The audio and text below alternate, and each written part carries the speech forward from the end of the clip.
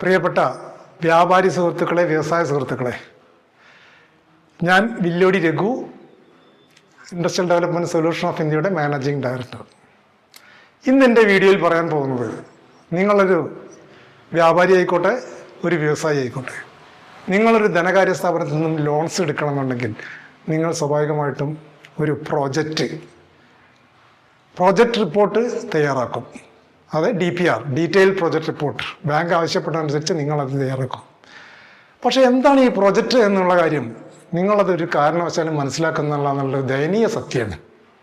അത് ലോൺസ് കിട്ടാൻ വേണ്ടി മാത്രം ഉപയോഗിക്കുന്ന ഒരു ബുക്കാണ് എന്നുള്ളതാണ് നിങ്ങളെല്ലാം ധാരണ. സുഹൃത്തുക്കളെ, തെറ്റാ.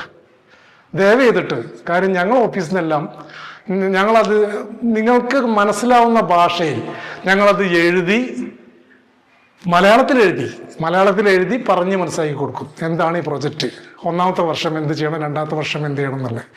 പിന്നെ ഞാനൊരു കാര്യം പറയട്ടെ, അത് പഠിക്കാതെ അത് പഠിക്കുന്ന പ്രോജക്റ്റ് റിപ്പോർട്ട് നീ പഠിക്കണം എന്നല്ല ഞാൻ പറയുന്നത്.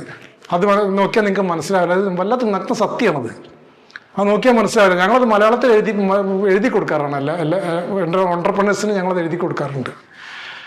അതുപോലെ ആ പ്രോജക്റ്റിനെ പറ്റിയിട്ട് നിങ്ങൾ വ്യക്തമായിട്ടുള്ള ധാരണ ഉണ്ടെങ്കിൽ നിങ്ങൾക്ക് ലോൺസ് കിട്ടും 100% ഉറപ്പാണ്. മാത്രമല്ല, നിങ്ങളെ സ്ഥാപനം സക്സസ് ആയിരിക്കും. ഒരു പ്രോജക്റ്റ് ഇല്ലെങ്കിലൊന്നും ഒരു പ്രോജക്റ്റ് എന്തിനും, നമ്മളൊരു വീടുണ്ടാക്കണമെന്ന് ആദ്യം പ്ലാൻ വേണം. അതുപോലെ തന്നെ ഒരു വ്യവസായം, അതാരും പഠിക്കാൻ താല്പര്യമില്ല. ദയവ് ചെയ്തിട്ട് ഞങ്ങൾ ഫോളോ ചെയ്യുന്ന സുഹൃത്തുക്കളെ, വ്യാപാര സുഹൃത്തുക്കളെ, വ്യവസായ സുഹൃത്തുക്കളെ, പ്രൊജക്റ്റ് റിപ്പോർട്ട് എന്ന് പറഞ്ഞാൽ അത്ര നിസ്സാര കാര്യമല്ല. അത് അറിയുന്ന ഭാഷയിൽ ഞങ്ങൾ ചെയ്തോ അവരാരും ചെയ്തോ ആയിക്കോട്ടെ, അറിയുന്ന ഭാഷയിൽ നിങ്ങളത് എന്ത് ചെയ്യണം എന്ന് വ്യക്തമായിട്ട് എഴുതി വാങ്ങിക്കണം.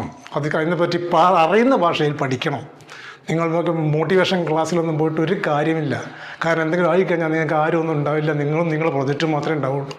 അതുകൊണ്ട് ഒരു കാരണവശാലും പ്രോജക്റ്റ് റിപ്പോർട്ട് പഠിക്കാതെ നിങ്ങൾ ഫൈനാൻസ് ലോൺസ് എടുക്കുക, സ്ഥാപനം തുടങ്ങുക ചെയ്തു കഴിഞ്ഞാൽ മിക്കവാറും അത് പിന്നിക്ക് പോകുന്നേ ഉണ്ടാവുള്ളൂ.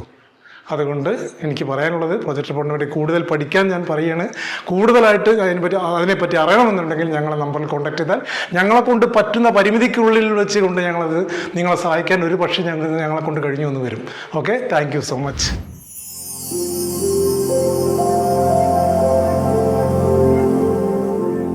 സർക്കാർ ധനകാര്യ സ്ഥാപനങ്ങളുടെ വായ്പയുമായി industrial development solution of India എത്തുമ്പോൾ ഒരുപക്ഷെ നിങ്ങൾക്കുമാവും ഒരു വ്യവസായി.